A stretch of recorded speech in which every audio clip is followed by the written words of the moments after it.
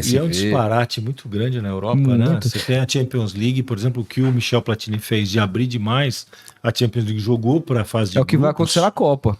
Jogou para a fase de grupos times muito com orçamentos infinitamente menores que os grandes. E vai acontecer na Copa a partir da próxima. 48 seleções. Uma surpresa ou outra, mas vai ficar Então, por aí. e tá rolando isso aqui na América do Sul também, né? Na também. Libertadores. Na Libertadores, exatamente. Também é a mesma coisa. Os times A mesma brasileiros coisa. O Flamengo dominando. mete 7.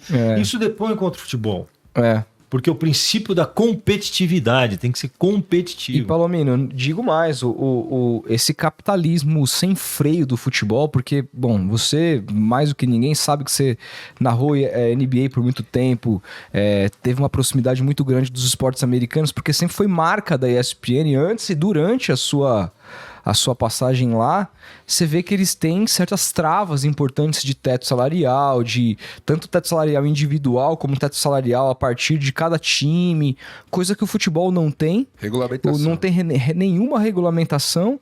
E aí a gente liga a Premier League, que a gente continua assistindo elogiado no final de semana, a gente vê o Liverpool metendo 9-0 no Bournemouth. O Juventude, que praticamente caiu no Campeonato Brasileiro, não vai tomar 9-0 de ninguém aqui no Brasil. Não. Entendeu? Então já é ali uma mostra de que o futebol tá indo por um caminho que, se ele continuar, vai ser perigoso, assim. Porque a Premier League mesmo, ela sempre se gabou de ser o campeonato mais equilibrado dentre aquele que o pequeno conseguia brigar com. Isso tá mudando, cara. Tá mudando cada vez mais quando você vê um jogo desses, um Watford contra um... A não ser que o Manchester United esteja meio mal, igual tá aí, etc e tal, é muito difícil você ver uma surpresa, né? Então eu acho que passa por uma regulamentação geral do futebol mundial, com regras duras, mas ao mesmo tempo, como é que se faz isso quando rompe fronteiras? Os Estados Unidos fazer isso com a NBA é muito fácil, tá no território dele. Como é que se faz isso a nível europeu? Aqui no Brasil teve o Refis, né? Sim. O Refis para recuperar as dívidas fiscais. Foi uma grande oportunidade para que os clubes pudessem se reequilibrar. Uhum. Só que o cara precisava pagar o Refis também. E não pagavam o Refis. E depois teve outro, né? O da Dilma lá, foi o... Profut. Profut. Profut teve também. o Profut. Então, houve uma série de alternativas com as quais eu discordo. Né? Não, esse dinheiro não é dinheiro sem dono, esse Sem dinheiro dúvida. tem dono, Sim. o dinheiro que o clube recebe é dinheiro de imposto, é dinheiro do povo, então ele tem de ser responsabilizado por isso. Concordo. Mas o Armando Nogueira tem uma frase, eu repito ela muito, porque eu acho ela genial e ela é simples. Né? O dinheiro do futebol é maldito, porque é um dinheiro sem dono. Né? O dinheiro do futebol é sem dono. Como é que você pega um dinheiro que é de imposto, que é do governo e coloca no futebol, e esse dinheiro vai para o sumidouro e não tem resposta a isso?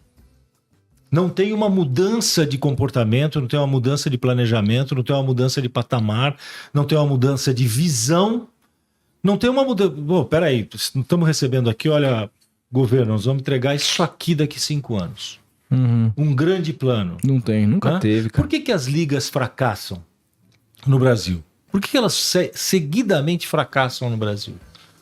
Né? Elas fracassam no Brasil porque o interesse individual sempre prevalece diante de interesse coletivo. Né? Por que a Premier League deu certo? Porque a primeira coisa que os negociadores da Premier League fizeram foi tirar os clubes da mesa.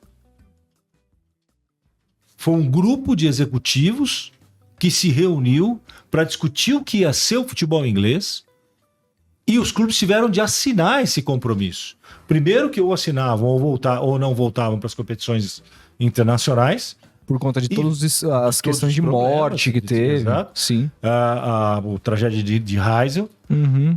E também por conta deles entenderem que ou a gente muda o futebol, ou nós vamos perder a possibilidade de ter um negócio efetivamente valioso, positivo. Né? Hoje, por isso que só nessa janela a Premier League movimentou mais dinheiro que todas as outras ligas europeias juntas. Só pra gente ter uma ideia do tamanho que tá o negócio. A Premier League é assim, mas ao mesmo tempo ela também tem pouca regulamentação pra abrir leque pra sheiks serem donos de clubes de uma forma bizarra.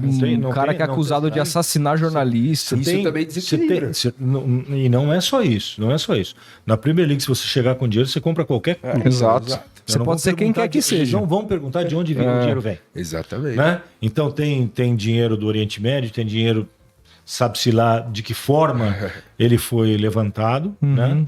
A gente sabe da história pregressa de muitos dos donos de clubes, né? O próprio Roman Abramovich, a aproximação dele com Berezovsky, com Putin.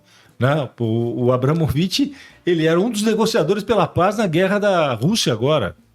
Sim. Foi um dos caras que sentaram à mesa para discutir a paz. Então você vê... que sair do comando do Chelsea ali, né? Senão ia ficar muito explícito. Então, essa é uma crítica que eu também faço à Liga Inglesa. Né? Será que sem esse dinheiro ela teria essa força? Eu acho que sim. Eu acho que ela não teria, talvez, sem esse dinheiro, ela não teria o disparate de forças que existe. Porque esse dinheiro desequilibra as forças internas. Quando a Liga tentou equilibrar foi quando direito de televisão, ingresso, era tudo mais ou menos equilibrado. Então você tinha lá 5, 6 times, 7 times brigando pelo título.